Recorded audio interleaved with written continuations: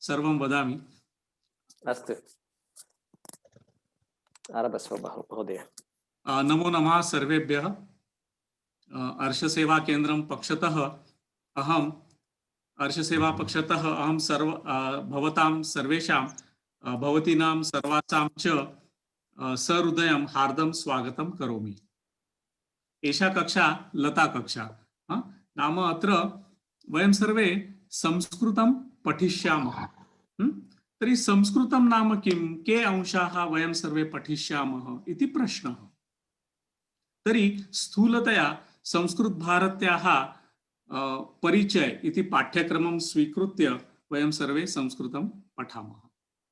तर्हि अस्मिन् वर्गे सर्वे भवन्तः सर्वे प्रविष्टवन्तः।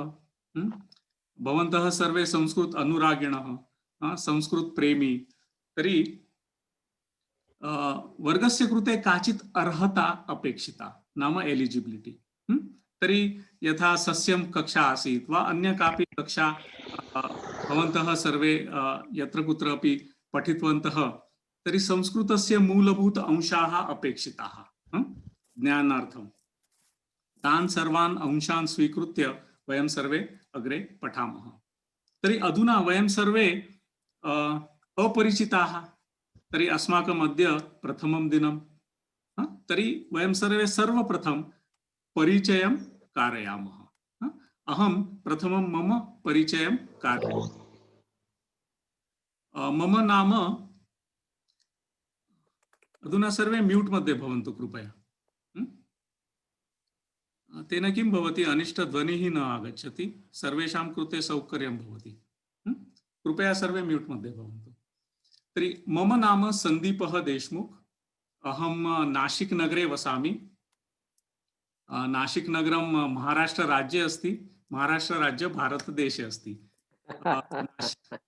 नाशिक नगरं मुम्बईतः उत्तरपूर्वदिशि 200 किलोमीटर दूरे अस्ति।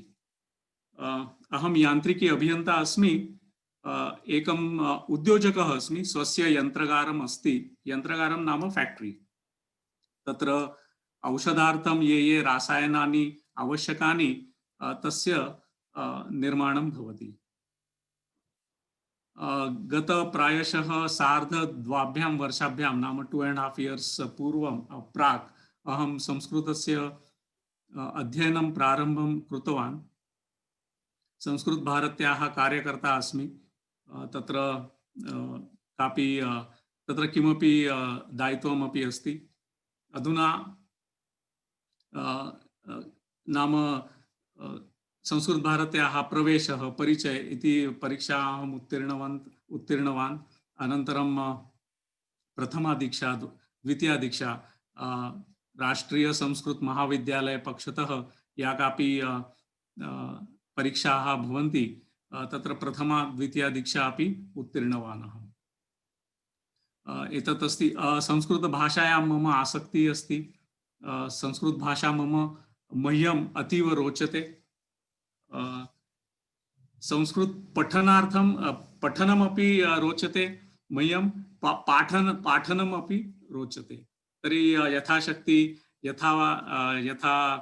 यथा बुद्धि, यावत् बलं तावत् अहं भवन्तं सर्वे पाठयितुं प्रयतमानोऽस्मि, नाम प्रयत्नं करिष्यामि। इति अस्ति मम लघुपरिचयः। अधुना वयं सर्वे स्वपरिचयं कारयामः। अधुना अत्र पश्यतु, प्रायशः 33 छात्राः सन्ति अत्र। तर्हि लघुपरिचयं वयं सर्वे स्वपरिचयं कारयामः। नाम स्वस्य नाम, कुत्र निवसति, लौकिक शिक्षणं किम्, अधुना किं कार्यं करोति, संस्कृतस्य किं परिचयः, नाम संस्कृतस्य किं यावत् पर्यन्तं किं पठितमस्ति इति स्थूलतया वा इति एते अंशाः स्वीकृत्य किञ्चित् स्वपरिचयं कारयतु। यदा संस्कृतेन कर्तुं शक्यते चेत् वरं, नाम उत्तमं। यदा संस्कृतेन कापि काठिन्यम् अस्ति, भारः अनुभवन्ति वा क्लेशः अनुभवन्ति, तर्हि आङ्ग्लभाषया स्वपरिचयं कर्तुं शक्यते।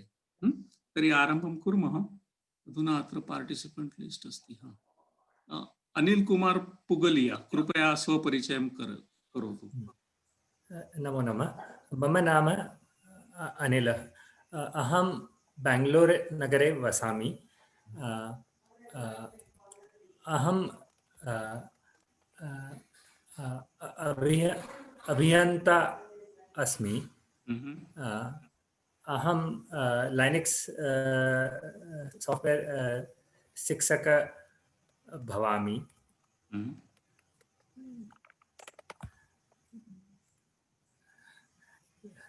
नमस्कार। कदा आरभ्य संस्कृतं पठति भो? अहं एक वर्षपर्यन्तं षष्ठं कक्षायाः छात्र अस्मि। प्रथमवारं संस्कृतं learn this was the first attempt I was learning Sanskrit. ओ एवं वा? अस्तु अस्तु, उत्तमं, स्वागतं महोदय, चिन्ता। अनन्तरं स्मिता वराडकर महोदय, कृपया परिचयं कारयतु। नमो नमः। अहं स्मिता वराडकर अस्मि। अहं USA राष्ट्रे ओहायो राज्ये लुईस् सेण्टर् नगरे वसामि। And I have been started learning Sanskrit from Sanskrit Bharati from last 1 year. And I am a homemaker. धन्यवादः। वेरी गुड, वेलकम। अनन्तरम् अत्र मोटो जी इति दृश्यते। महोदय, भवान् परिचयं कारयतु। मोटो G4 इति दृश्यते। तत्र नामधेयं नास्ति, अतः न जानामि। अनम्यूट कृत्वा वदतु महोदय। नमस्ते, राकेश मम नामधेयम्। अहं योग शिक्षकः अस्ति।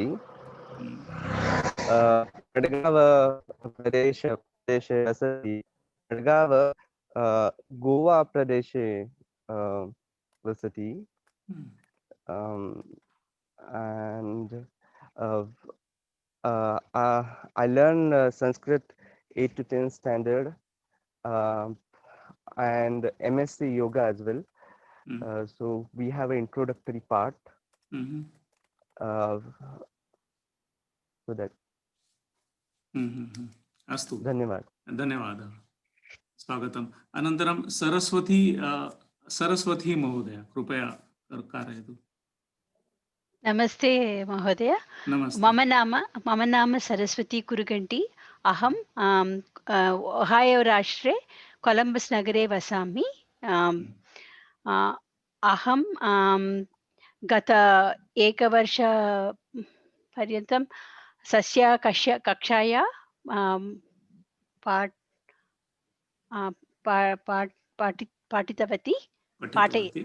पठितवती। अहं प्रवेश एग्जाम पूर्णं कृतवती। स्वागतं महोदय, धन्यवादः।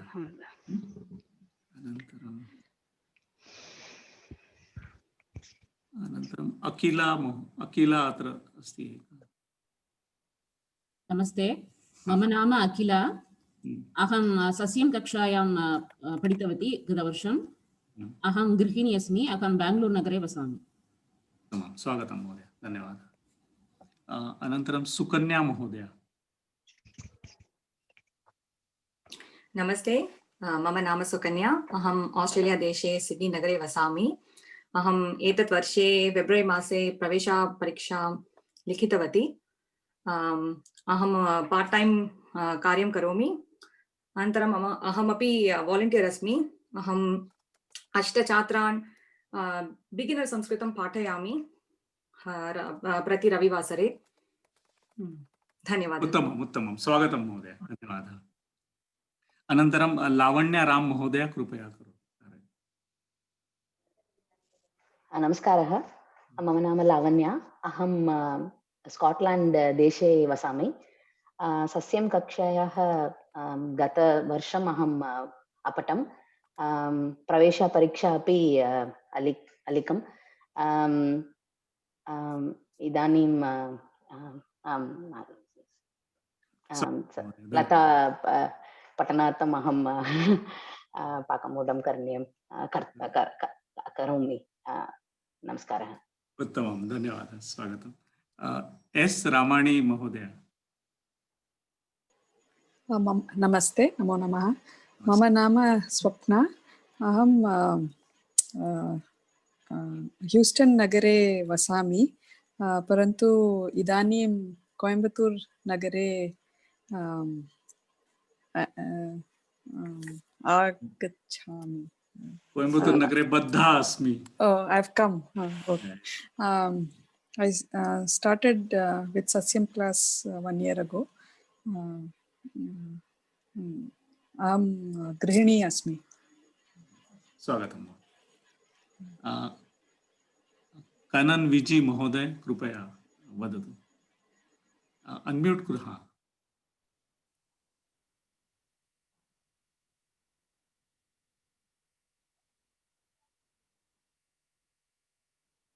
महोदय ध्वनि न श्रूयते।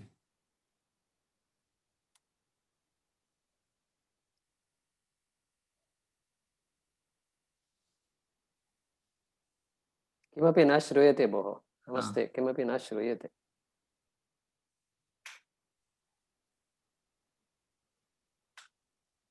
तावत्पर्यन्तम् अग्रे गच्छामः महोदय, कृपया तत्र निवारयतु। अनन्तरं गायत्री नन्दिनी महोदय कृपया। नमस्ते सर्वेभ्यः। नमस्ते महोदय। अहं संस्कृतभारत्याः कोविदपर्यन्तं समाप्तं कृतवती। इदानीं चित्तूर् भाषाप्रचारिणी सभायां तृतीयवर्गः भागः मध्ये विचक्षणा मध्ये अस्मि। अत्र एकापि अन्यापि भगिनी अस्ति श्रीविद्या। वयं आवां मिलित्वा संस्कृतभारत्याः गीताशिक्षणं लेवल् 1 पाठयामः। नितराम् अभ्यासम् अस्ति चेत् एव व्याकरणं दृढं कर्तुं शक्नोमि इति मम चिन्तनम्। ओ, स्वागतं स्वागतं महोदय। तर्हि भवती कोविड परीक्षा उत्तीर्णाः? आम् आम् महोदय। अस्तु, स्वागतं महोदय। कोविड अपि उत्तीर्ण, कोविड अपि उत्तीर्ण। राष्ट्रीयसंस्कृतसंस्थान् मध्ये द्वितीयदीक्षापर्यन्तमपि कृतवती। अनन्तरम् अत्र चेन्नै मध्ये केन्द्रं नास्ति, छात्राः नास्ति कारणात् निष्कासयन्ति ते। बहु इच्छामि तदपि करणीयम् इति।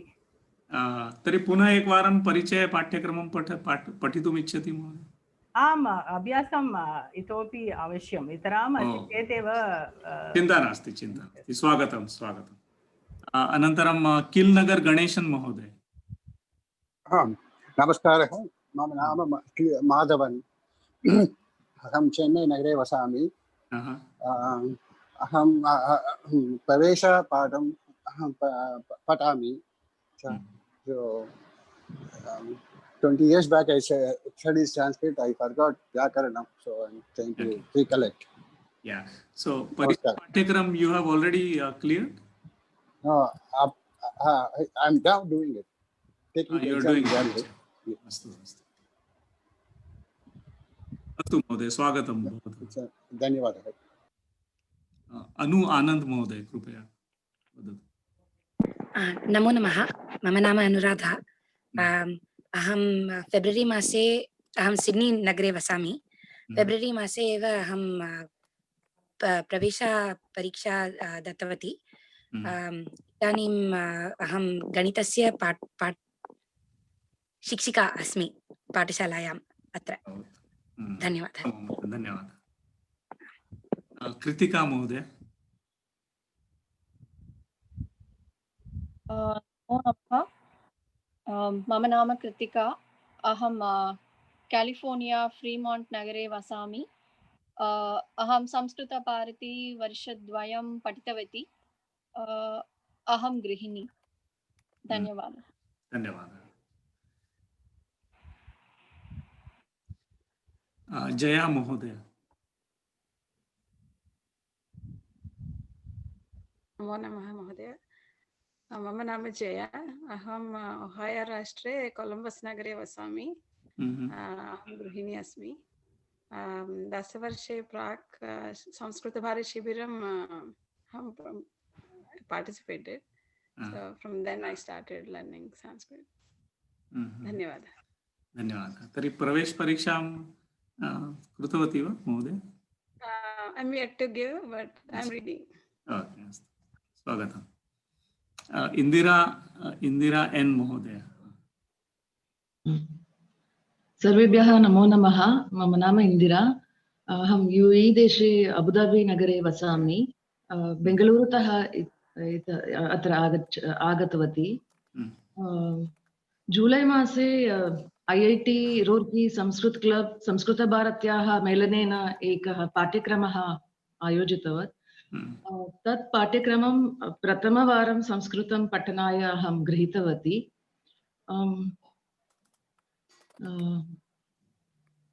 आगस्ट् मासे संस्कृतभारत्याः शिबिरं स्वीकृतवती।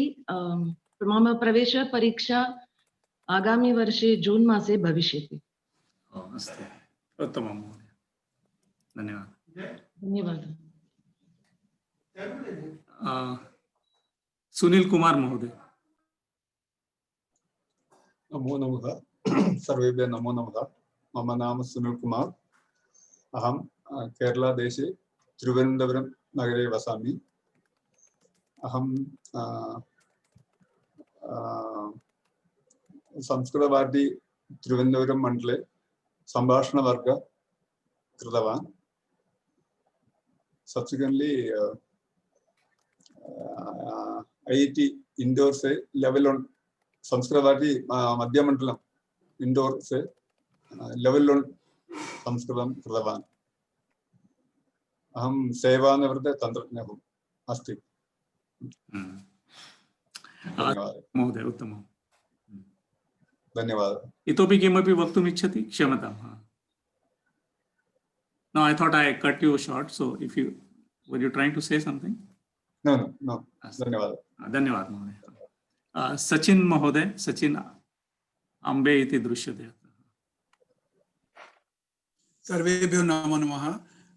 मम नाम सचिनः। अहम् अमेरिका देशे न्यू जर्सी राज्ये वसामि।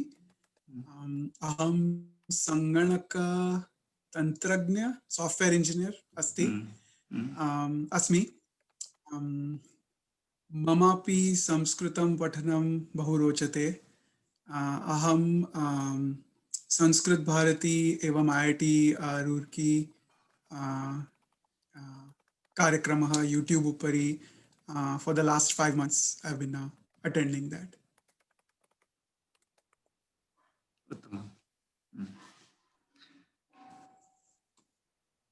स्वागतं सचिन महोदय। जयंती महोदय, कृपया स्वपरिचयं कारयतु। नमस्ते, मम नाम जयंती। अहं विस्कान्सिन् नगरे अमेरिका राष्ट्रे वसामि। मम गृहं संस्कृतगृहम्। अहं कोऽपि परीक्षायां न ददाति। परीक्षायाम् इत्युक्ते भीति आगच्छति। मम प्रार्थना इत्यमेव पठनी संस्कृतं सम्भाषणं सरलं करणीयं। कोऽपि संस्कृत वचनं शृणोति चेत् अहम् अर्थम् एव अवगमनं। that's my goal. राममूर्ति महोदय मम पतिदेव अस्ति। सः अपि छात्रः। नमो नमः। नमो नमः। नमस्ते सर्वेभ्यः। मम नाम राममूर्तिः। आवां मैडिसन् नगरे विस्कान्सिन् राष्ट्रे अमेरिकादेशे अस्ति। वर्षद्वयं संस्कृतं भारती पठितवान्। अहं मेडिसन् नगरे उद्योगं करोमि। धन्यवादः। उत्तमम्। भवतयोः द्वयोः अपि स्वागतं। संस्कृतगृहमस्ति इति श्रुत्वा महन्तं सन्तोषम् अहम् अनुभवामि। अहम् एतत् चिन्तयति युद्धं करणीयं चेदपि संस्कृतमेव भाषणं करोमि इति युद्धं न अस्ति। तेन शत्रोः पराजयं तथैव भवति। अस्तु, स्वागतं पुनः एकवारं। नरसिंह महोदय कृपया परिचय। Namaste Mahodaya. I'm Narasimha Prasad. I work as a software engineer in Bangalore. My interest towards Sanskrit is to study Shankara through his Bhasha, and I'm making little efforts in getting learning to Sanskrit. For more than 1.5 years, I have been learning Sanskrit. Though I have completed my Sanskrit education in my childhood, I couldn't continue in full fledged. I can read and write Sanskrit, but spoken and fluency is somewhere I have challenges. I'm trying to work on that. Most welcome, sir. स्वागतं, भवतः स्वागतं। प्रिया महोदय। नमो नमः। मम नाम प्रिया। अहम् America देशे Ohio राष्ट्रे क्लीव्लेण्ड् वसामि। अहं वैद्य अस्मि। अहं संस्कृतभारती मध्ये प्रवेश समाप्तं करोमि।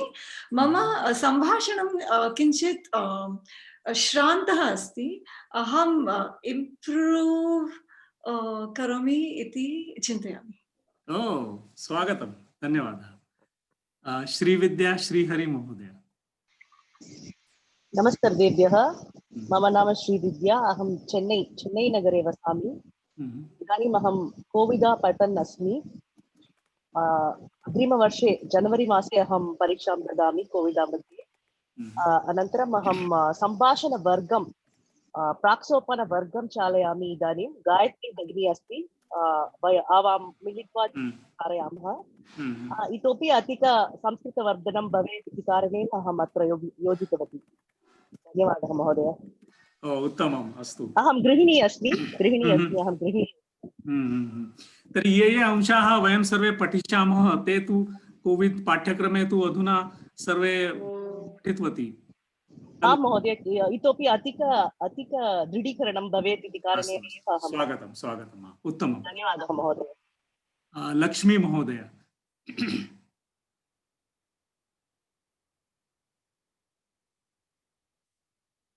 लक्ष्मी न श्रूयते। अनम्यूट करोतु कृपया। अनम्यूट करोतु। लक्ष्मी महोदय। नमः सर्वेभ्यः। मम नाम लक्ष्मी।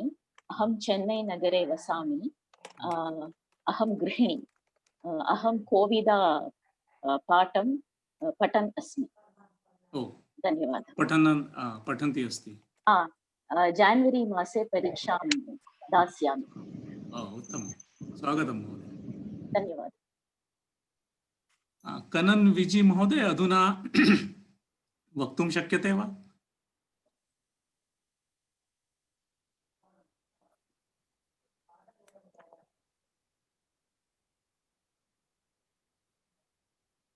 प्रायशः अधुना अपि क्लोशर्। अनन्तरं योगेश पुण्डे महोदय। सर्वेषां नमो नमः। अहं योगेश। अहं पुणे नगरे वसामि। अहं अद्य वर्षे एप्रिल् मासतः संस्कृत अभ्यासम् आरम्भं कृतवान्।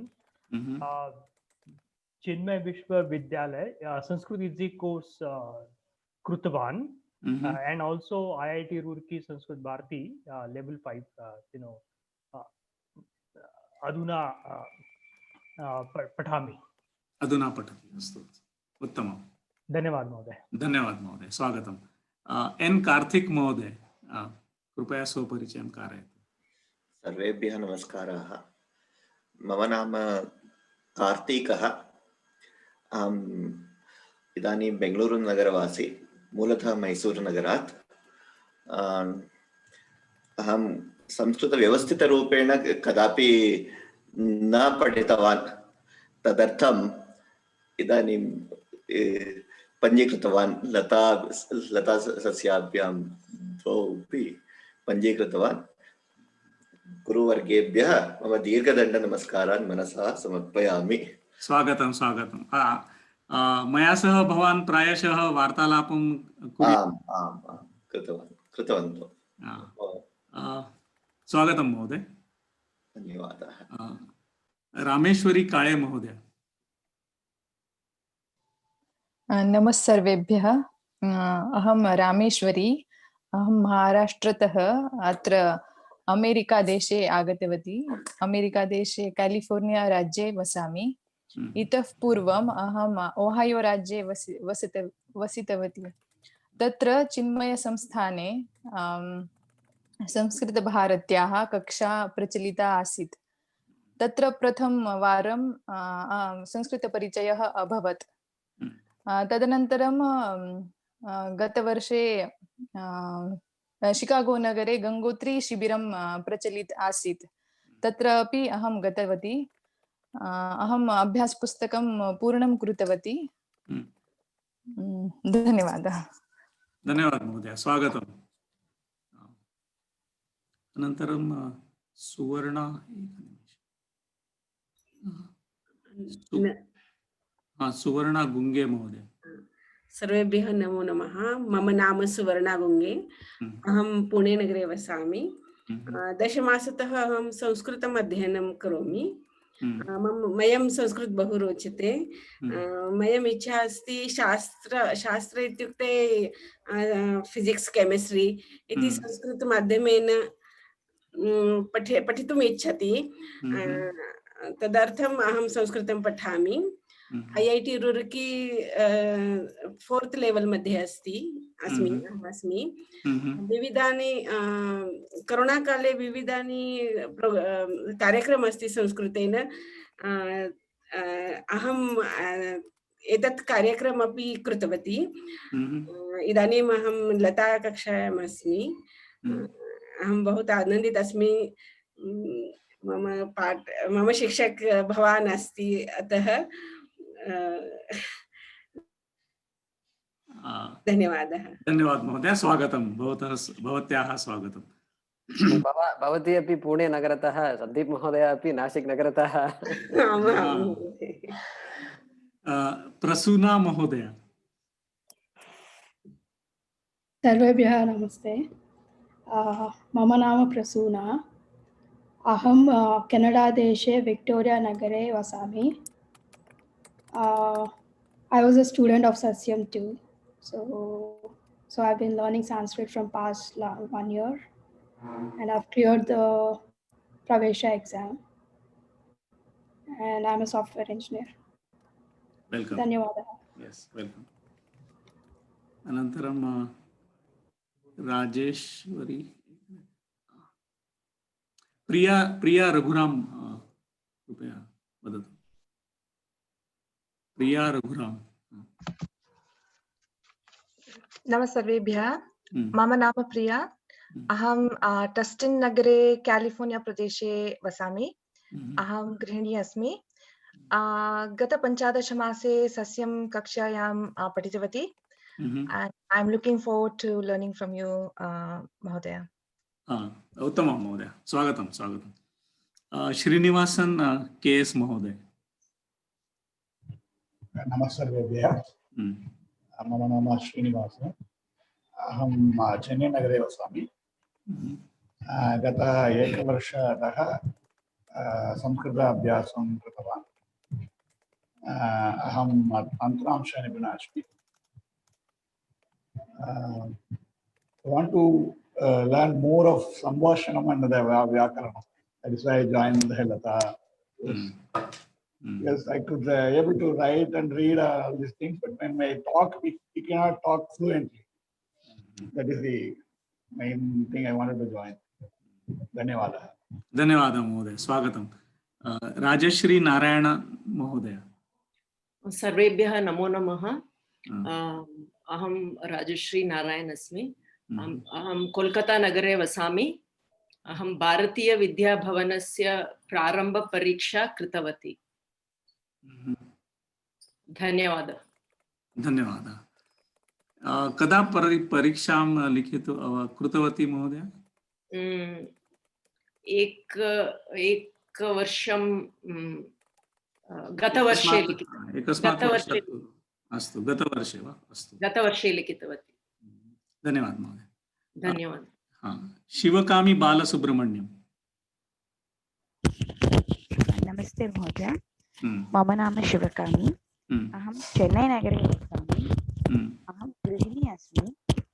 अहं 6 मासपूर्वं संस्कृतभारत्याः संस्कृतं पठितवती.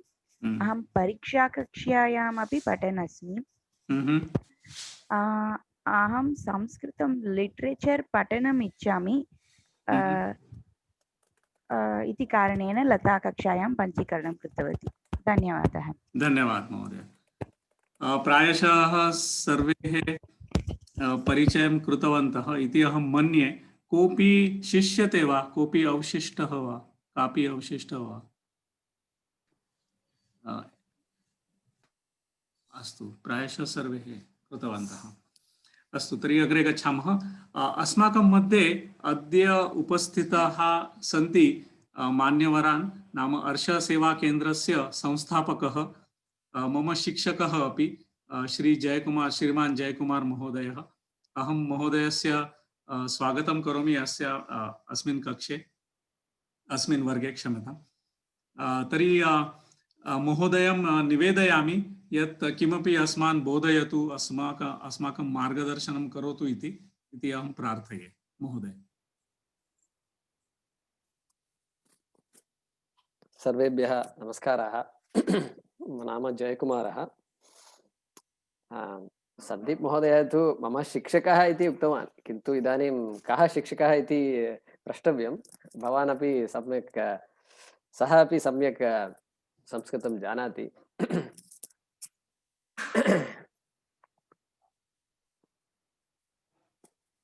अस्तु, अहं कोयम्बत्तूर् नगरे वसामि. अत्र 5 वर्षपर्यन्तम् अत्रैव भवामि. मम मातापितरौ पालयन् अस्मि.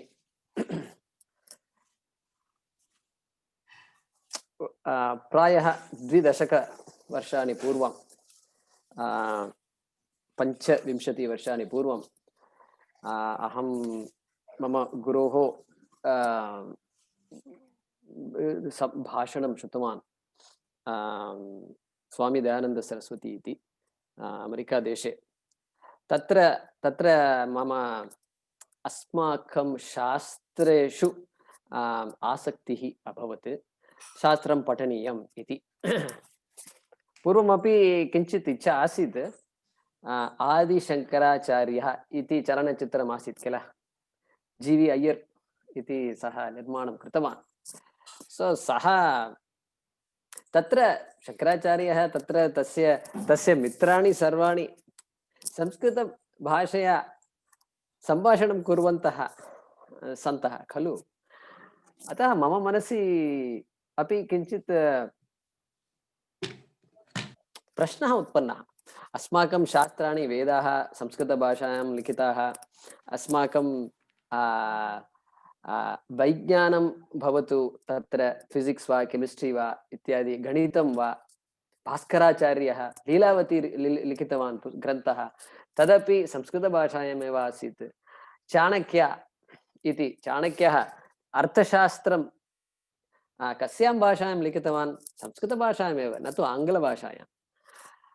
एवमेव कालिदासः इत्यादि अस्माकं ऋषयः सर्वे संस्कृतभाषायाम् उक्तवन्तः, भाषणं कृतवन्तः, लिखितवन्तः अनेकान् श्रेष्ठान् ग्रन्थान्. अतः किमर्थम् अहं संस्कृतम् इति न जानामि, संस्कृतं किम् इति मम मनसि कथम् अभवत् इति प्रश्नः उत्पन्नः. अतः अतः अहमपि किञ्चित् शास्त्रं पठनम् आरभ्य अनन्तरं संस्कृतं पाठनं पठनम् इत्यादि अपि आरभ्य तत्र भारत्याः एक प्रोग्राम् आसीत् learn to speak Sanskrit in 1 week इति अहं श्रुतं तत्र नोटिस् मध्ये आसीत् अहं किञ्चित् आश्चर्यचकितः अभवं कथम् एकसप्ताहे संस्कृतं पठितुं शक्नुमः इति how can one learn to speak Sanskrit in 1 week? This is unheard of. At least I had not heard of that. So tatra shibire api योजयित्वा तत्र पुनः मित्रैः सह मिलित्वा संस्कृतं पठित्वा गृहे वारं वारं प्रतिसप्ताहं मिलित्वा कार्यक्रमान् वयं कृतवन्तः। अतः पश्यतु अस्माकम् इतिहासः अपि अस्ति। अस्माकं भुवने अत्र in this world पूर्वम् अनेके संस्कृतयः अभवन्। many civilizations were there. Egyptian संस्कृतिः इति आसीत्। इदानीम् Egyptians, there are no Egyptians, किन्तु pyramids एव सन्ति। Pyramids, who built these pyramids न जानीमः। What was their mind? तेषां दृष्टिः का, तेषां सिद्धान्तः कः इति, what did they think? What was their view about this world? ईश्वरः इति ते ईश्वरं प्रति किमपि चिन्तितवन्तः वा? Did they think about God? What is their view of God? Jiveshwar मध्ये सम्बन्धः कः तेषां? What is their view about this world, their connection with God, and so on and so forth, and the self, me? किमपि सम्बन्धः अस्ति वा? कः तत् सम्बन्धः? वयं न जानीमः। They are all gone. एवमेव साउथ अमेरिका प्रदेशे ते अपि तत्र आसन्। ते किं चिन्तितवन्तः वयं न जानीमः। भारतदेशे एव only place left in this world where the people who lived 2000, 3000, 5000, 10,000 years ago still alive, still talking about it. And so I thought, we have to do something. We must be part of that movement. Whatever little yatha Ramayane yada Ramaha Srilankam Gantum Siddha Asit Tatha, what is the squirrel? Also came and helped. Sahapi sahayam kritavan kelu. And yatha tat kim tad anilah va? Aham na janami idanim. Samskrite kimiti. So like that squirrel. Chikrodaha.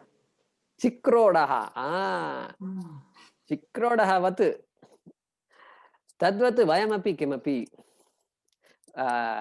kurmaha iti karishamah va iti sankalpena अस्माकम् आचार्याणां कटाक्षेन तेषां दृष्ट्या आशसेवा केन्द्रम् इति अत्र स्थापितवन्तः। तत्र अनेकान् कक्षान् इदानीं अनेकाः कक्ष्याः इदानीं प्रचलन्तः सन्ति। भवन्तः सर्वे उत्साहेन अत्र आगतवन्तः लता कक्षायां। संदीप महोदय पश्यतु तत्र सः यन्त्रागारः अस्ति। He is running a big chemical company. सः सीईओ अस्ति, फाउंडर अस्ति। यद्यपि सः यन्त्रागारः अस्ति तथापि पश्यतु तस्य संस्कृत भाषायाम् आसक्तिः अस्ति। हाउ मच ही लव्स संस्कृतम and he started studying Sanskritam only recently, 2 years ago, something like that. And idanim tu saha शिक्षकः रूपेण अत्र वर्तते। तस्य प्रेमः अपि अस्ति, न तु संस्कृतभाषायां न केवलं तत्र किन्तु फॉर पीपल आल्सो, जनेभ्यः अपि तस्य प्रेमः अस्ति। अतः तस्मै मम धन्यवादान् प्रकटीकरोमि। भवन्तः सर्वे अपि निस्संकोचेन, वितौट एनी shyness, निस्सङ्कोचेन अत्र संस्कृतं पठन्तु इति मम प्रार्थना अस्ति। प्रश्नाः सन्ति चेत् वाट्साप् इत्यादि समूहाः अपि इदानीं वयं निर्माणं करिष्यामः। अनन्तरं मह्यम् अपि किमपि सङ्केतं प्रेषयितुम् इच्छति चेत् प्रेषयतु, पृच्छतु। You feel free to talk to me also and be engaged. Gata varshatraye, in the last 2-3 years that we started these classes, and I was very apprehensive when my friends said you have to teach Sanskrit. And how do you teach Sanskrit online? That is a new concept. It's not possible. Because to teach Sanskrit, you have to look at people face to face. You got to point, you got to respond, you got to interact, you got to engage. How do you do all that in Zoom? And so somehow I started it 2.5 years ago with a lot of apprehension. And so now very happy. We had a lot of fun and we have all become good friends. And Sandeep Mahodaya asti, Haripriya Bhagini asti, and Hayavad Mahodaya ityadi, a lot of people. And here right there, we have people who attended Sasyam class. And we are all very good friends. Most importantly, not student teacher, we are all great friends. Ataha, I hope this, I'm sure this group also will evolve like that. And so with those words, aham sarvebhyah mama hardika shubhashayan prakati karomi. Dhanyavadah Sandeep Mahodaya. Avakasham, etad avakasham datu. धन्यवाद महोदय। निश्चयेन वयं सर्वे मिलित्वा सम्यक् पठिष्यामः, चिन्ता नास्ति। मम विश्वासः अपि अस्ति यत् सर्वे अत्र केचन पण्डिताः अपि सन्ति, तर्हि अस्माकं पठनं सुलभं भविष्यति इति मम दृढविश्वासः। तर्हि महोदय एका विनन्ती अस्ति, नाम मां कृपया शेयर स्क्रीन इति अधिकारं ददातु। अहम् अधुना होस्ट नास्मि। तर्हि एवं वा? तथा कर्तुं शक्यते वा महोदय? आम्, निश्चयेन। तर्हि कृपया। महोदय, मधुमती महोदये अस्ति, तत्र परिचयं कर्तुम् अवशिष्टमस्ति वा परिचयः? अस्ति, सा तत्र उपविशन् अस्ति भोः, मधुमती नारायणन् इति। मधुमती नारायणन्, भवती कृपया परिचयं तस्य स्पाट्लैट् अपि करोतु भोः। मधुमती, नमस्ते, मम नाम मधुमती। अहं चेन्नैनगरे वसामि। अहं गृहिणी अस्मि। श्रद्धा इति नाम जी जयकुमार जी, I don't know what to say for foundation, so I've said कार्यालये कार्यं करोमि। सुरसुर सरस्वती सभायाः लेवल 3 एग्जाम्स् कृतवती। संस्कृतं भाषे भाषणं कर्तुम् इच्छामि। And I'm actually very scared because everybody seems to be pretty grounded, and actually I don't know if I know that much of Sanskrit to be part of this. I'm also scared for the teacher because I'm going to be a trouble because I don't know much. Thank you so much. Dhanyawada. चिन्ता मा करोतु मधुमती महोदय। भवती अपि यदा इच्छाशक्ति अस्ति चेत् वक्तुं शक्नोति। सरलमस्ति एव। धन्यवादः। अधुना भोः, भवान् स्पाट्लैट् करोतु। एवं।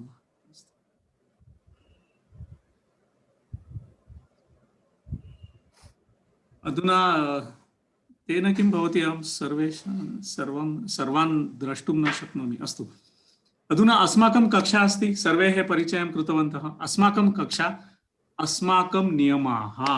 भोः एकनिमिषं, तत्र व्यू गैलरी व्यू इति स्थापयतु। तत्र भवान् सर्वान् द्रष्टुं शक्नोति। वयं सर्वे भवन्तं पश्यामः, भवान् अस्मान् द्रष्टुं शक्नोति।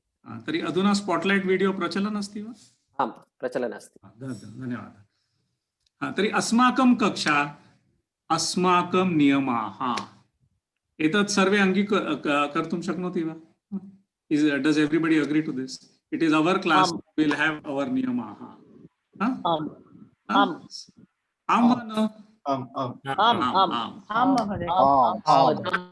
अस्माकं नियमाः. तर्हि प्रथमः नियमः कः?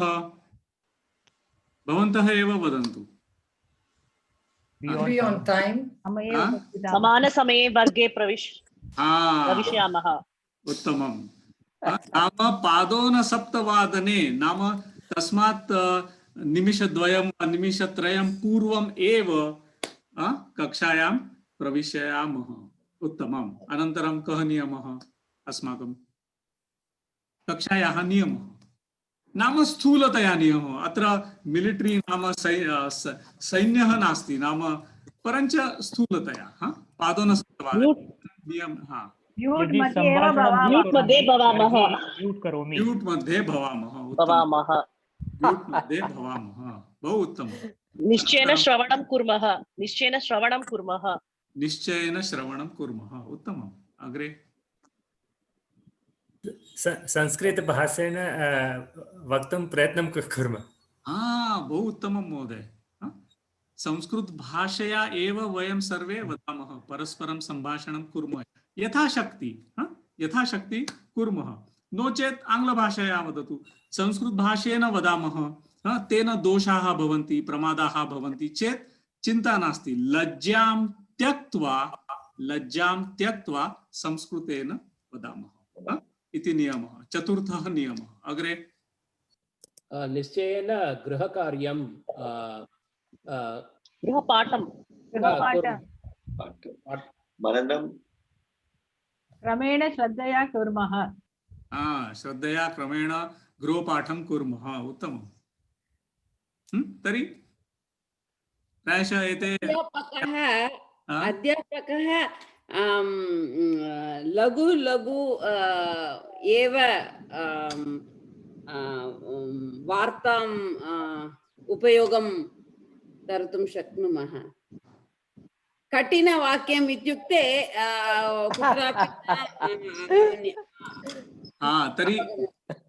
तर्हि अध्यापकस्य कृते एका विनन्ति अस्ति. नाम सरलसंस्कृतेन वदतु इति विनन्ति. लघु रीत्या कर्मणि अहं सर्वं जानामि इत्युक्ते शिक्षकः बोधयति खलु. अहं जानामि. तर्हि कर्मणि प्रयोगस्य उपयोगं मा करोतु. सरल सम्भाषणं करोतु. अस्तु. Also a little slower. Also a little मन्दं वदतु. अस्तु मन्दं वदामि. अस्तु. अग्रे कोऽपि वक्तुम् इच्छति? कोऽपि लिखित्वा टिप्पणीं all the rules. Somebody is writing. I don't know. Anybody writing?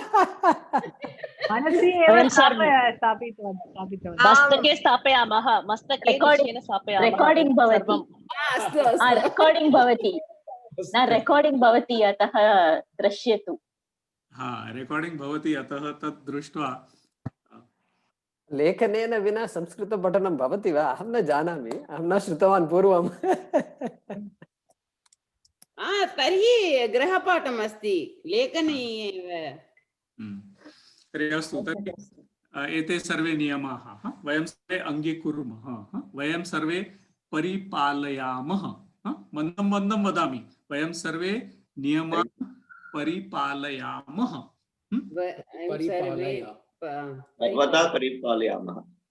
नियमान् परिपालयामः. नियमानां पालनं कुर्मः. एते सर्वे नियमाः. अस्माकं लक्ष्यं किम् अस्ति इति अपि वदतु. सर्वे वदन्तु. सुवर्णा महोदय, अस्माकं लक्ष्यं किम् अस्ति?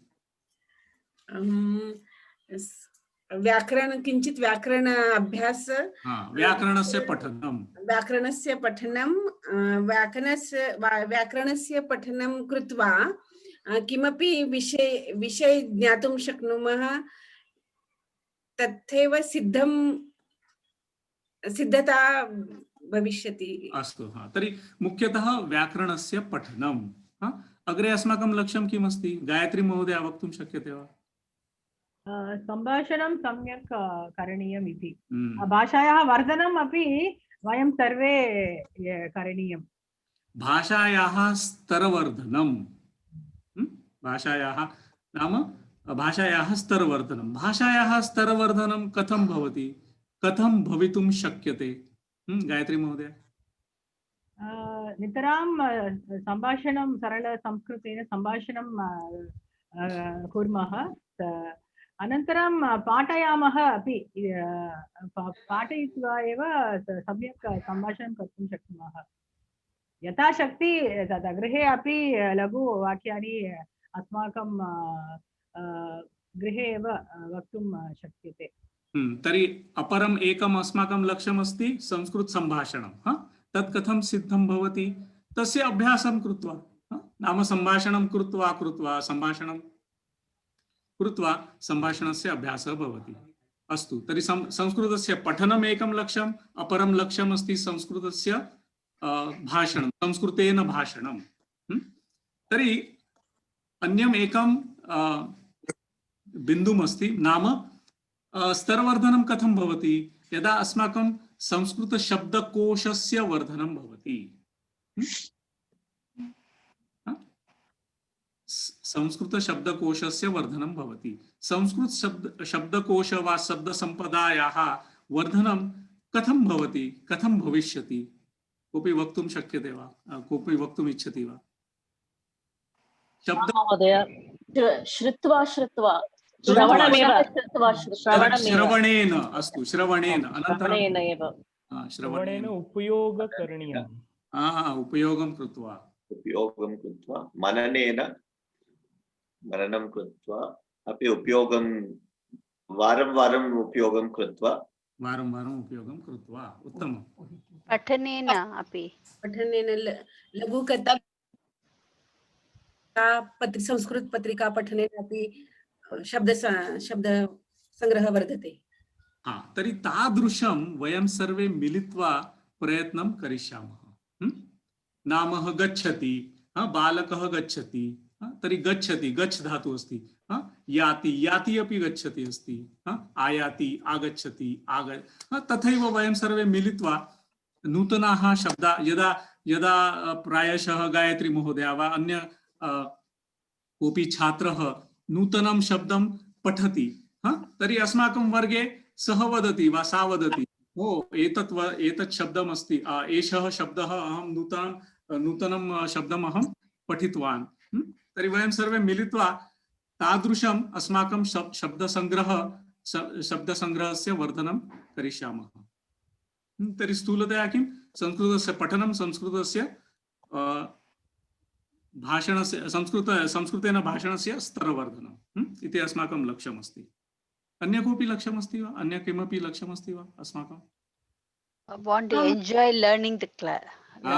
उत्तमं, बहु उत्तमं। तर्हि एतत् सर्वं कृत्वा वयं सर्वे आनन्दम् अनुभवामि, आनन्दम्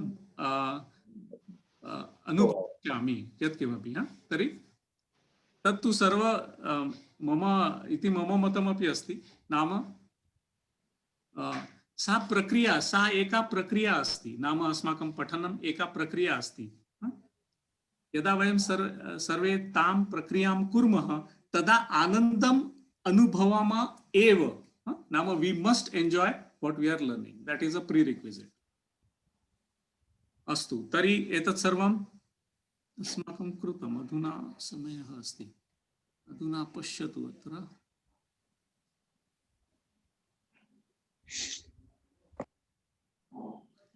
एतत् सर्वं दृश्यते वा अत्र? आं महोदय। दृश्यते।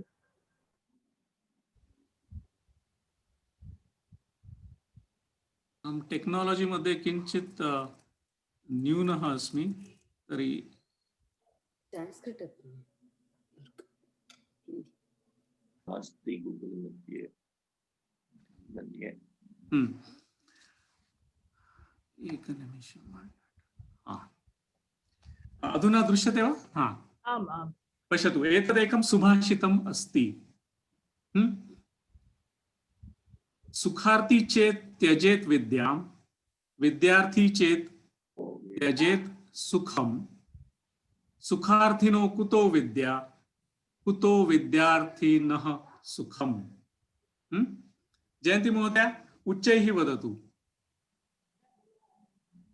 आम्, सुखार्थी चेत् त्यजेत् विद्या, विद्यार्थी चेत् त्यजेत् सुखम, सुखार्थिनः कुतो विद्या, कुतो विद्यार्थिनः सुखम। कुतो विद्यार्थिनः सुखम। सुखार्थी चेत् त्यजेत् विद्यां, सुखार्थी चेत् त्यजेत् विद्यां, विद्यार्थी चेत् त्यजेत् सुखम, सुखार्थिनः कुतो विद्या, विद्यार्थिनः कुतो सुखम। परन्तु अहं वदिष्यामि, सर्वे सुख एव अनुभवन्ति संस्कृत पठनीयम्। पश्यामः।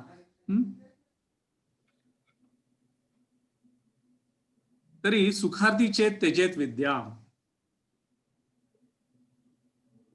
अस्य प्रथमं पंक्तिं कविः किं वक्तुम् इच्छति? सुखार्थी चेत् त्यजेत् विद्यां, विद्यार्थी चेत् त्यजेत् सुखम्। अस्य कोऽपि अर्थः वक्तुं शक्नोति वा? अहं वदामि वा? एकैकशः कः वा का वक्तुम् इच्छति? श्रीनिवास महोदय वदतु कृपया। If you want to relax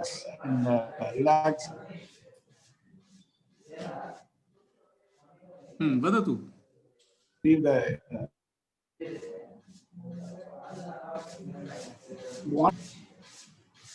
feel the relaxing. अस्तु, अन्य कोऽपि वक्तुम् इच्छति?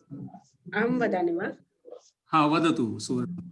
सुखार्थी चेत् त्यजति विद्या, यदि सुखस्य अर्जनं कर्तुम् इच्छति चेत्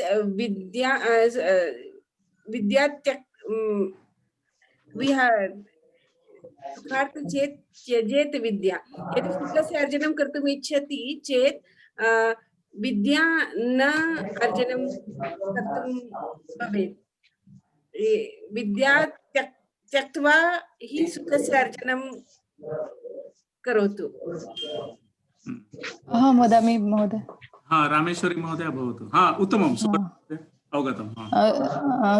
यदि सुखम् इच्छति चेत् विद्यां त्यजतु, यदि विद्याम् इच्छति चेत् सुखं त्यजतु। उत्तमं। यदि वयं सर्वे सुखम, केवलं सुखम इच्छामः तर्हि विद्या न लभ्यते इति तस्य आशयः। यदा विद्या प्राप्तुम् इच्छामः, तर्हि सुखस्य त्यजनम् आवश्यकम्। सुखस्य त्यजनम् आवश्यकम्। नाम यदा विद्या प्राप्तुम् इच्छामः तर्हि कष्टम् अपेक्षितम् इति तस्य अर्थः। यदा कष्टम् अस्ति चेत् तत्र सुखं नास्ति। सुखार्थिनः कुतो विद्या, कुतो विद्यार्थिनः सुखम्।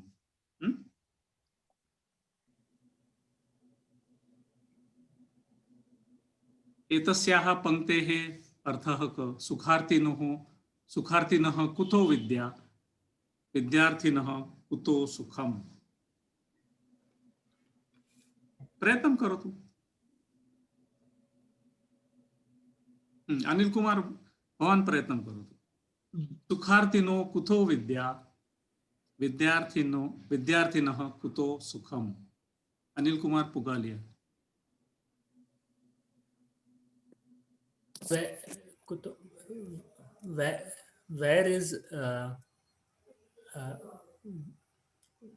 where is happiness for study? Can you show me? न दृश्यते। पश्यतु अधुना। सुखार्थिनः कुतः विद्या।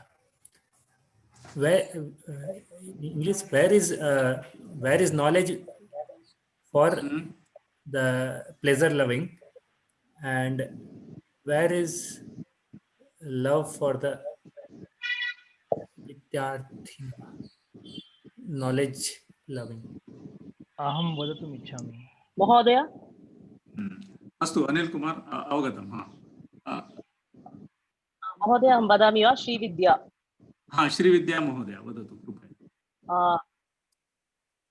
सुखार्थिनः कदापि विद्यां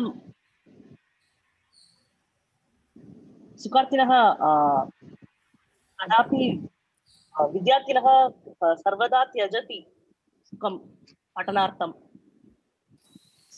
सुखार्थिनः कदापि प्रयत्नमेव न करोति विद्यार्थं। तर्हि तर्हि अर्थः किमस्ति? सुखार्थिनः कुतो विद्या? अहं वदामि महोदय। वदतु। ये जनाः सुखं प्राप्तुम् इच्छन्ति ते कथं विद्यां प्राप्तुं शक्नुवन्ति? ये जनाः विद्यां प्राप्तुम् इच्छन्ति ते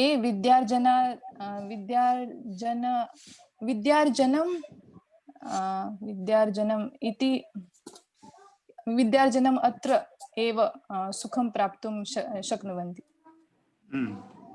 तथैव कोऽपि वक्तुम् इच्छति वा? सचिन महोदय प्रयत्नं कर्तुम् इच्छति वा?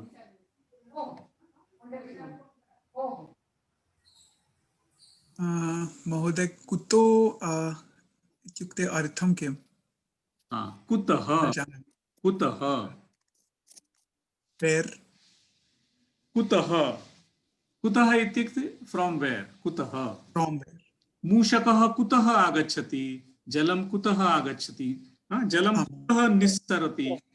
कुतः अत्र सन्धिकार्यम् अस्ति अतः अत्र कुतो भवति कुतो। वदतु आङ्ग्लभाषायां प्रयत्नं करोमि। I think it means केचन जनाः from where does knowledge come for happiness? तो विद्यार्थिनः सुखम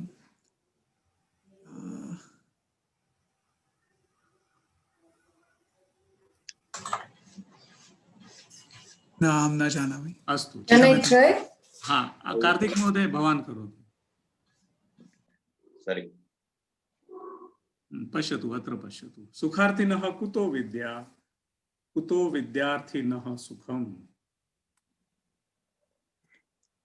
वदतु कार्तिक महोदय कृपया वदतु।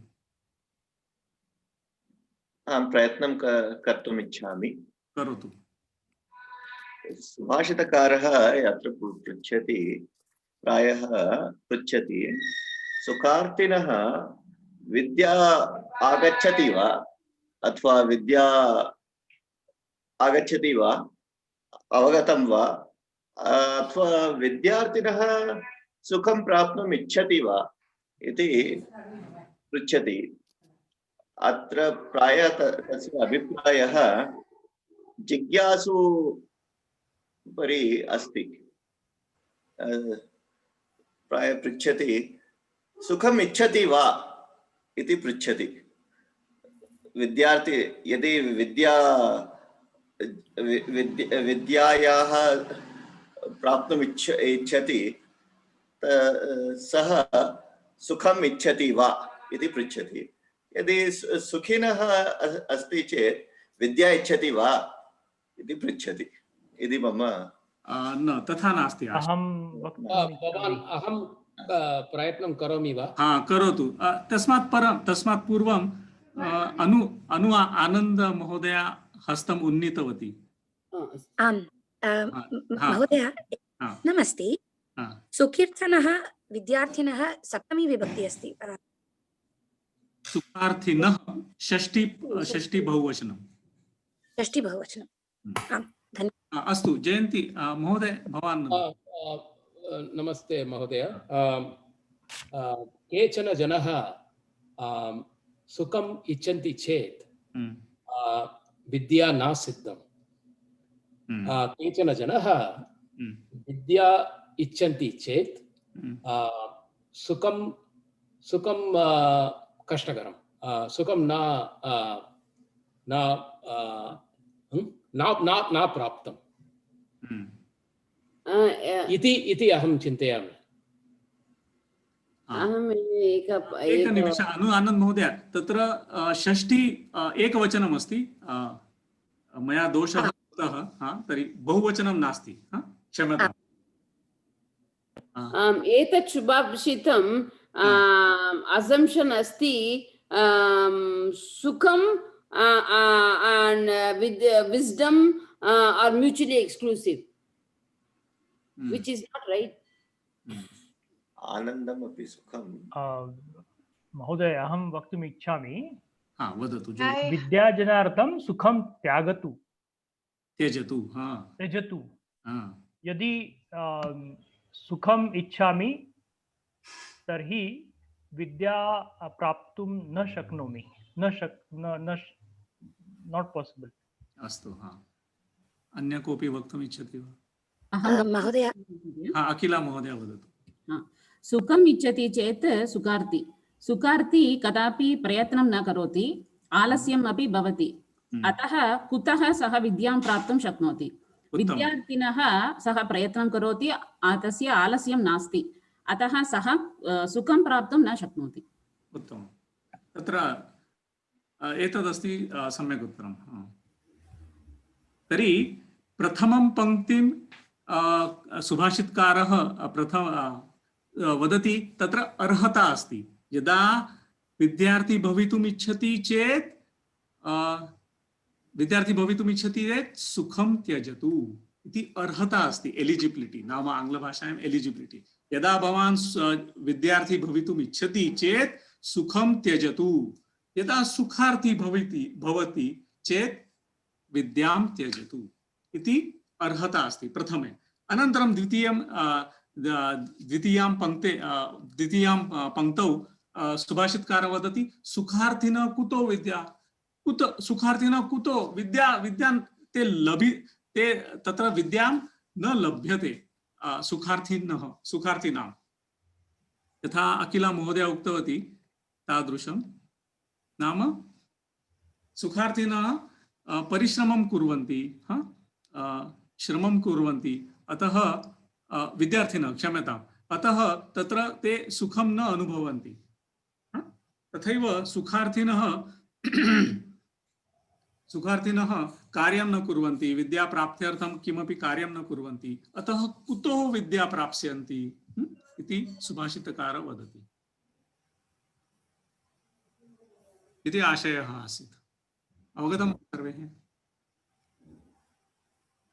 क्लेशः अस्ति वा? सुखार्थिनः कुतो विद्या, विद्यार्थिनः कुतो सुखम्?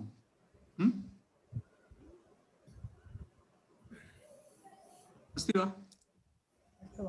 आम् महोदय, आम् अवगतम्।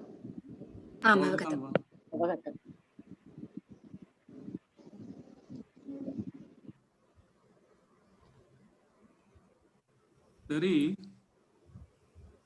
अधुना वयं सर्वे एकैकशः एकां कथां पठामः।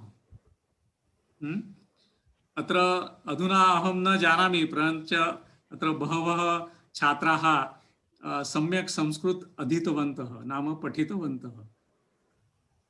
तर्हि अहं चिन्तितवान् प्रायशः प्राथमिक अंशाः किञ्चित् न्यूनाः, अतः कथाम् एकवारं सर्वे मिलित्वा पठामः इति मम चिन्तनम् आसीत्। परञ्च अधुना सर्वे स्वपरिचयं कृतवन्तः। अहम् अधुना जानामि सर्वे प्रायशः स्तरः उन्नतः अस्ति। तर्हि एकवारं किञ्चित् पठनकार्यं कुर्मः मिलित्वा। कः आरम्भं करोति? अधुना एन् कार्तिक महोदय दृश्यते। भवान् एकं वाक्यं वदतु, प्रथमं वाक्यं वदतु। समाजः परिवर्तनशीलः। समाजः परिवर्तनशीलः। अग्रे सामाजिकव्यवस्था अपि समये समये परिवर्तते। समये समये परिवर्तते। आधुनिकी शिक्षणव्यवस्था प्राचीनकालस्य शिक्षणव्यवस्थातः भिन्ना अस्ति। अस्तु, पर्याप्तं महोदय। समाजः परिवर्तनशीलः, सामाजिकव्यवस्था अपि समये समये परिवर्तते। आधुनिकी शिक्षणव्यवस्था प्राचीनकालस्य शिक्षणव्यवस्थातः भिन्ना अस्ति। इति तु सरलमेव अस्ति, सर्वे प्रायशः अवगन्तुं शक्नुवन्ति।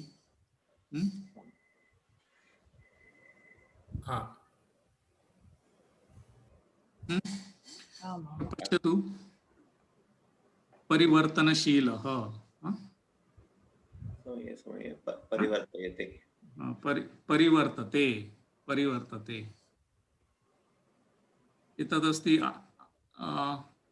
कीदृश धातु अस्ति परिवर्तते? परिवर्तते कीदृश धातुः? आत्मनेपदी। आत्मनेपदी। आत्मनेपदी। वर्त धातु। किमर्थम् आत्मनेपदी अस्ति? ते प्रत्यय अस्ति, अन्ते ते प्रत्यय अस्ति। अतः आत्मनेपदी धातु परिवर्तते। अत्र कोऽपि उपसर्गः दृश्यते वा? आमां, परि इति उपसर्ग। परि उपसर्ग अस्ति। गायत्री महोदय, तत्र उपसर्ग अस्ति वा? आम् आम्, परिवर्तते। आधुनिकी शिक्षण व्यवस्था प्राचीन कालस्य शिक्षण व्यवस्थातः भिन्ना अस्ति।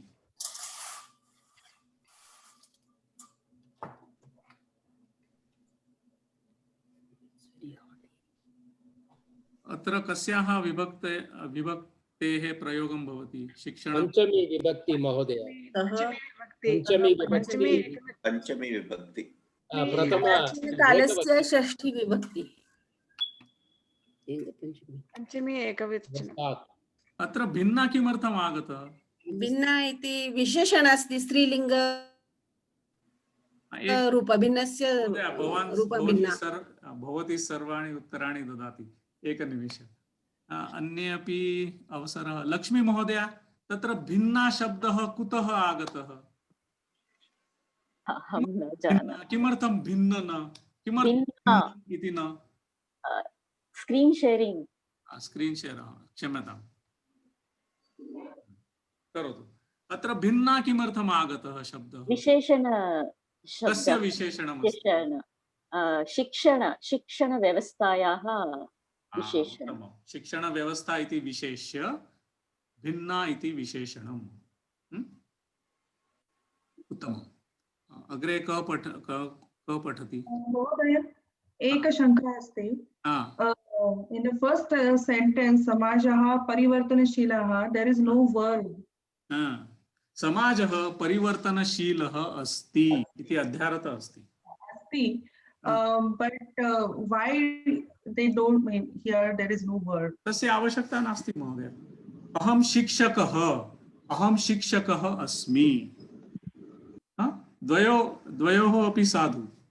तथैव समाजः परिवर्तनशीलः अस्ति।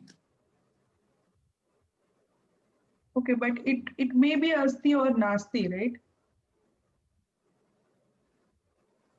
Yada, if it is nasti, they will say samajah parivartanashilah nasti. So for negative sentences, you have to be specific that nasti should be there. Exactly. Samajah aparivartanashilah. Or can it be also samajah na parivartanashilah? Aparivartanashilah. If you want to use na samajah parivartanashilah, नास्ति।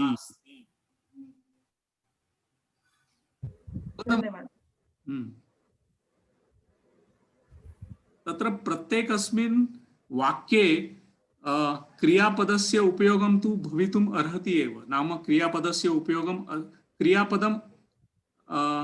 क्रियापदम् आवश्यकम् एव खलु। तर्हि उच्यते न उच्यते इति वक्तुः विवक्षाः। नाम अहं शिक्षकः अस्मि, अहं शिक्षकः, पर्याप्तं, तथैव अस्ति। So it is the speaker's discretion to say that समाजः परिवर्तनशीलः अस्ति। हाँ, अस्तु, अग्रे कः वदति? अत्र इदानीं प्रारम्भिक अहं वक्तुम् इच्छामि। योगेश महोदय वदतु। इदानीं प्रारम्भिकमाध्यमिकशिक्षार्थं विद्यालयाः उच्चशिक्षार्थम् उच्चतरशिक्षार्थं च महाविद्यालयाः विश्वविद्यालयाः च भवन्ति। सरलमस्ति। हाँ, अग्रे। परन्तु प्राचीनकाले एतेषां सर्वेषां स्थाने गुरुकुलानि भवन्ति स्म। परन्तु प्राचीनकाले एतेषां सर्वेषां स्थाने गुरुकुलानि भवन्ति स्म। केषां स्थाने गुरुकुलानि भवन्ति स्म? केषां स्थाने? पश्यतु।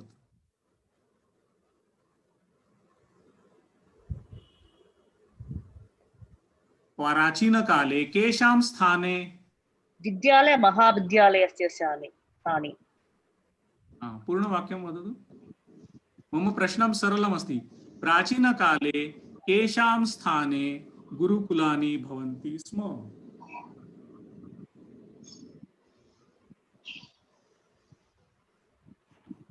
सर्वेषां स्थाने। वदामि वा महोदय? वदतु, इन्दिरा महोदय वदतु। आधुनिक महाविद्यालयाः विश्वविद्यालयाः स्थाने प्राचीनकाले गुरुकुलानि भवन्ति स्म। उत्तमम्। विद्यालयाः महाविद्यालयाः विश्वविद्यालयाः च स्थाने प्राचीनकाले गुरुकुलानि भवन्ति स्म। अत्र भवन्ति स्म इति लिखितमस्ति, तस्य अर्थः कः? भवन्ति स्म, गुरुकुलानि भवन्ति स्म।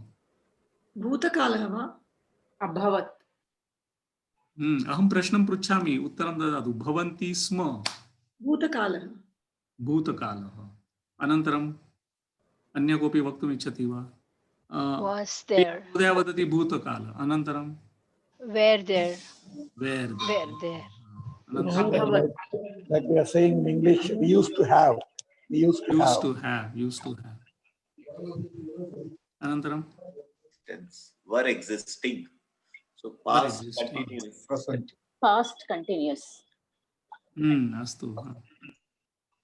So kada स्म इति कदा वयं प्रयुज्यामः?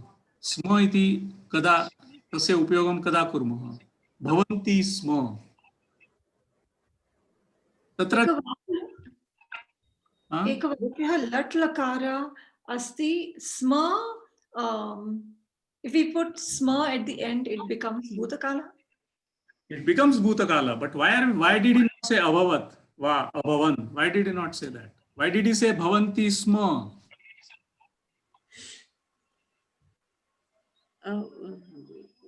It's not in the recent past. Anadya bhutakala. Sma sarvada. Sma is always suffixed. It is suffixed to the present tense form. It's always. It is a suffix, but why did they use that? Is my question. Sulabhartham. Astu. Tatra अस्तु, अधुना पश्यामः। एकः युवकः, एकः वृद्धः अस्ति। सः अधुना सेवानिवृत्तः। सः वृद्धः सेवानिवृत्तः। सः एकस्मिन् कार्यालये कार्यं करोति स्म। Continuous tense, past continuous tense. Yeah. नाम प्रतिदिनं सः कार्यं कृतवान् आसीत्। Every day he was doing work. कार्यम अकरोत् परंच कार्यम that work which was being done regularly, it was not done just once. Repeatedly. Okay. अहम यह चित्रपटं दृष्टवान्, अहम पूर्वस्मिन् काले योगाभ्यासं करोमि स्म।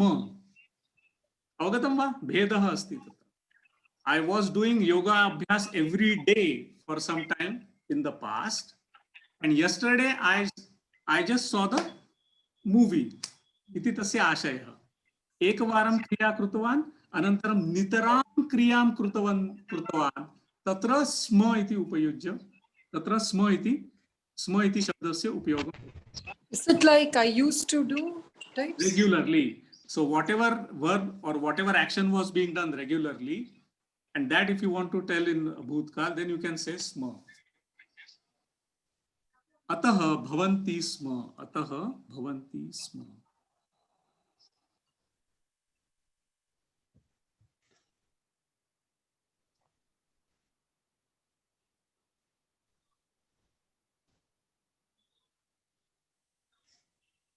स्म इति उपयुज्य एकैकं वाक्यं करोतु।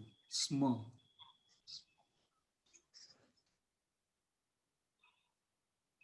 अहम गतवर्षे योगाभ्यासं करोमि स्म। तस्य अर्थः कः?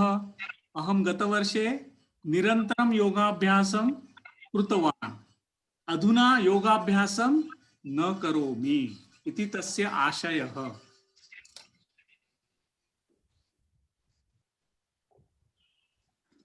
स्म उपयुज्य एकैकं वाक्यं करोतु। सुवर्णा महोदय। अहं पूर्वतनसमये हस्ते वस्त्रस्य प्रक्षालनं करोति स्म।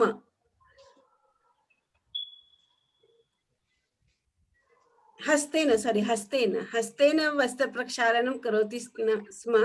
इदानीम् अहं यन्त्रसाहाय्येन वस्त्रप्रक्षालनं करोमि। क्षालनयन्त्रेण प्रक्षालनं करोति। उत्तमम्। अनन्तरं प्रिया महोदया एकं वाक्यं करोतु।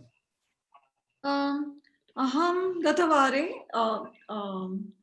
गतवर्षे नृत्यं करोमि स्म। उत्तमं। नृत्यं करोमि स्म।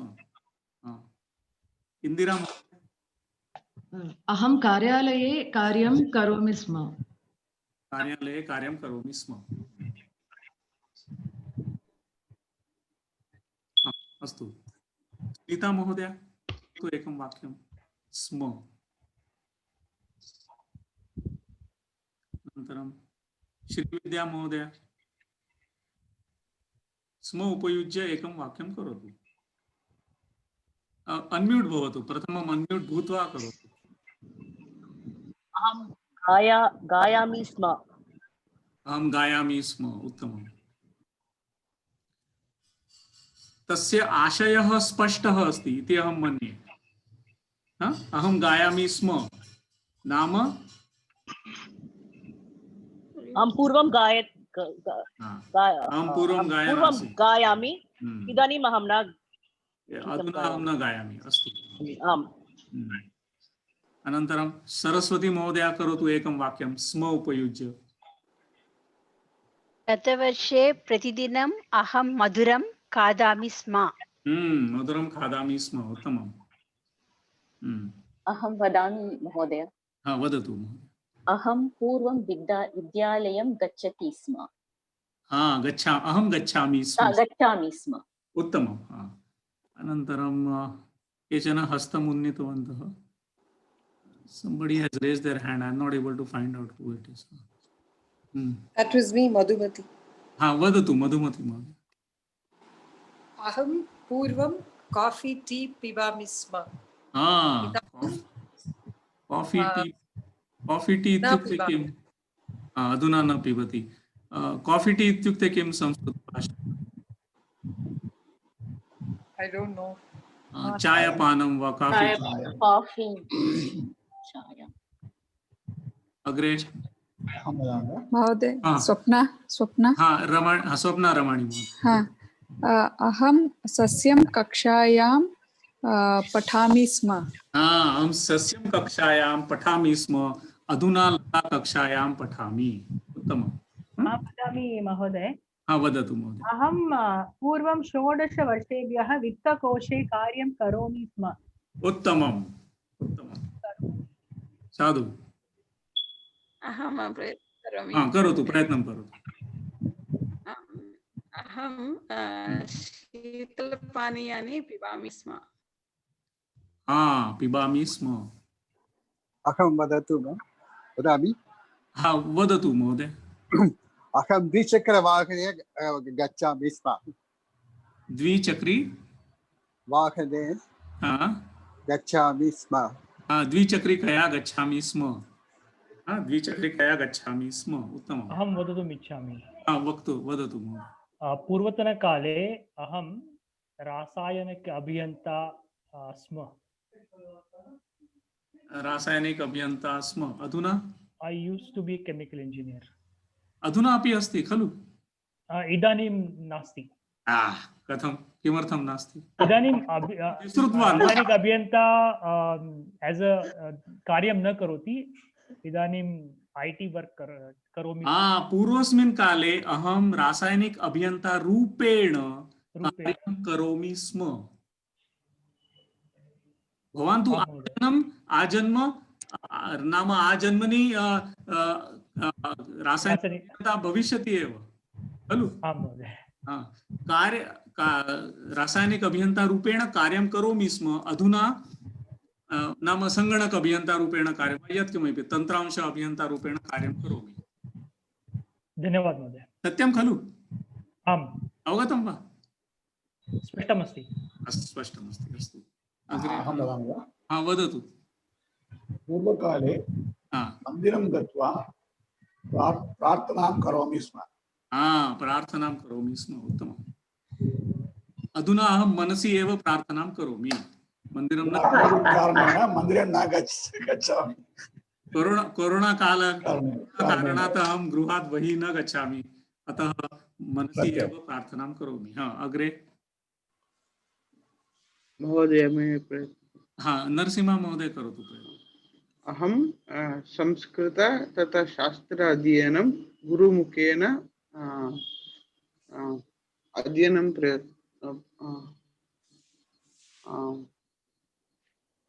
करोति स्म। अहम् अध्ययनं करोमि स्म। Basically meaning to say I'm learning Sanskrit and Shastras through Guru. Through Guru. So you are learning currently, kalu? Aduna? I'm been doing this for last 2 years. Oh, evam astu. Aduna na karoti va? I'm continuing. अस्तु। तर्हि अधुना अहं साक्षात् गुरुपरम्परा रूपेण पठन् अस्मि। So there is no need for sma there because you are already doing that kriya. अस्तु। अहं वदामि? अवगत। सचिन महोदय। सचिन महोदय। कोरोना कालस्य पूर्वस्य अहं प्रतिदिने कार्यालयं गच्छामि स्म। गच्छामि स्म। कोरोना कालात् पूर्वम् अहं प्रतिदिनं कार्यालयं गच्छामि स्म। उत्तमं। तर्हि अवगतं वा सर्वे स्म इति? अहं वदामि। वदतु। शबरी 12 वर्षपर्यन्तं आश्रमे रामस्य प्रतीक्षां करोति स्म। उत्तमं। करोति स्म। अहं करोमि। करोतु स्मिता महोदय। बहुवर्षे पूर्वे अहं अन्तर्देशीयपत्राणि लिखामि स्म। उत्तमम्। अधुना न लिखति, अधुना नाम ईमेल वा ई-संकेत माध्यमेन करोति। अस्तु, तर्हि अवगतं वा सर्वे? आं महोदय। तर्हि समयः अतीतः। अधुना कक्षां समापयामः। एका सूचना अस्ति, एकाग्रतया ध्यानेन शृण्वन्तु सर्वे। अस्माकं कक्षा अग्रिमे सप्ताहे गुरुवासरे भविष्यति, गुरुवासरे प्रातःकाले भारतीय समये पादोन सप्ततः सपाद 8 पर्यन्तम्। अद्य कः वासरः? अद्य शुक्रवासरः। परञ्च अग्रिमात् सप्ताहात् नन्तरं प्रत्येकस्मिन् वर्गः प्रत्येकं वर्गं गुरुवासरे भविष्यति। तर्हि शुक्रवासरतः गुरुवासरः इति परिवर्तनं भवति। अवगतं वा? एकः प्रश्नः। आं महोदय। आं महोदय। एकः प्रश्नः अस्ति। So the class will be on Thursday morning India time. Yes. So that is going to be 8:15. It will be Wednesday evening for us. Yes, for USA it will be Wednesday evening. Okay, I will not be able to make it. Oh, एवं वा? Sir, Mama, my schedule arranged Thursday morning. Thursday will be Thursday night. I adjusted my schedule to Actually, for me also, I also adjusted according to as per Thursday. अस्तु, तर्हि अत्र जयकुमार महोदय अस्ति, प्रायशः स अन्वेषणं। ओहो, मम विचारः एवम् अस्ति। तत्र तु हवर् महोदयस्य कक्षा अपि अपरं लैसेन्स् मध्ये स्वीकरोति, इत्युक्ते भवन्तौ युगपत् simultaneously you might be able to teach, so there is no conflict there. So so should I withdraw this सूचना? I think so. I think withdraw it for now and then we will come back later. अस्तु, तर्हि कापि सूचना नास्ति, अधुना शुक्रवासरे एव भविष्यति। धन्यवादः महोदय। तर्हि शान्तिमन्त्रेण कक्षां समापयामः। महोदय, वर्गः बहु समीचीनम् आसीत्, महान् सन्तोषः। तर्हि शान्तिमन्त्रेण समापयामः। सर्वे म्यूट मध्ये भवन्तु, परञ्च वदन्तु। Even though you are in mute, please say it to yourself. एकनिमिषं भोः, एकनिमिषं. So I just wanted to tell everybody, Pashyantu, how difficult it is to conduct a class like this. I want all of you to appreciate that.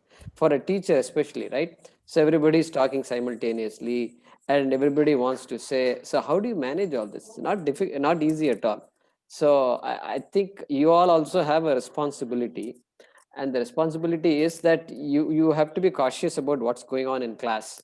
So that that is one thing, so that we don't speak simultaneously. Second, so feedback dadatu. So some people may not ever get a chance. It should not become like that. The class should never be where some people never speak, because they may not raise their hand. So it is the responsibility of the teacher to ask, okay, come on, Priya Mahodaya, Jayanti Mahodaya, Jaya Mahodaya, Srividya Mahodaya, Anil Kumar Mahodaya, Padatu iti. So he is trying his best to do that.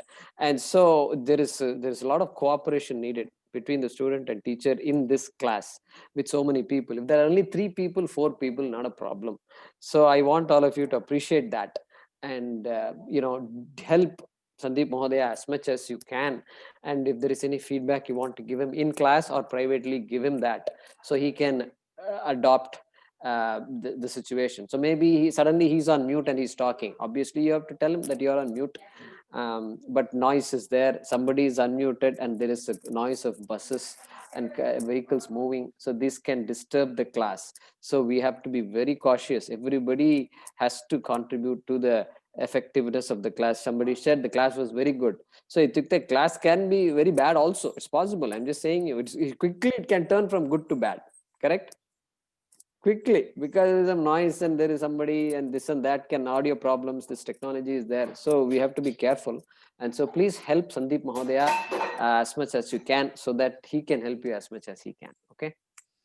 धन्यवाद महोदय। शांति मंत्रेण समापयामः। सर्वे भवन्तु सुखिनः, सर्वे सन्तु निरामयाः,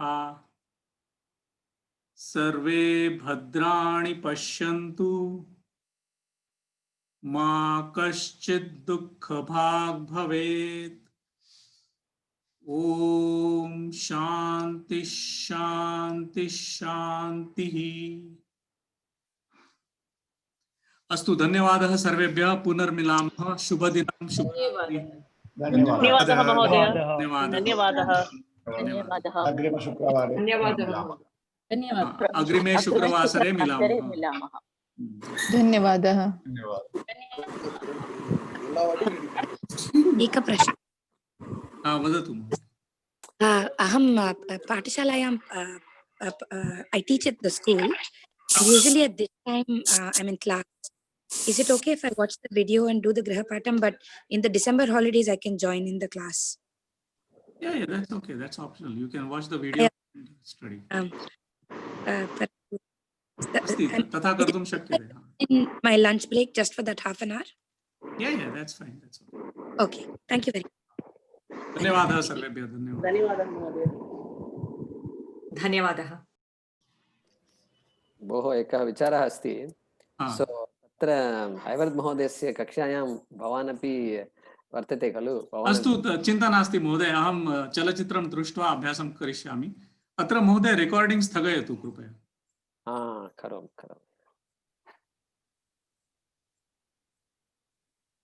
भवान् एव कर्तुं शक्नोति इति मन्ये।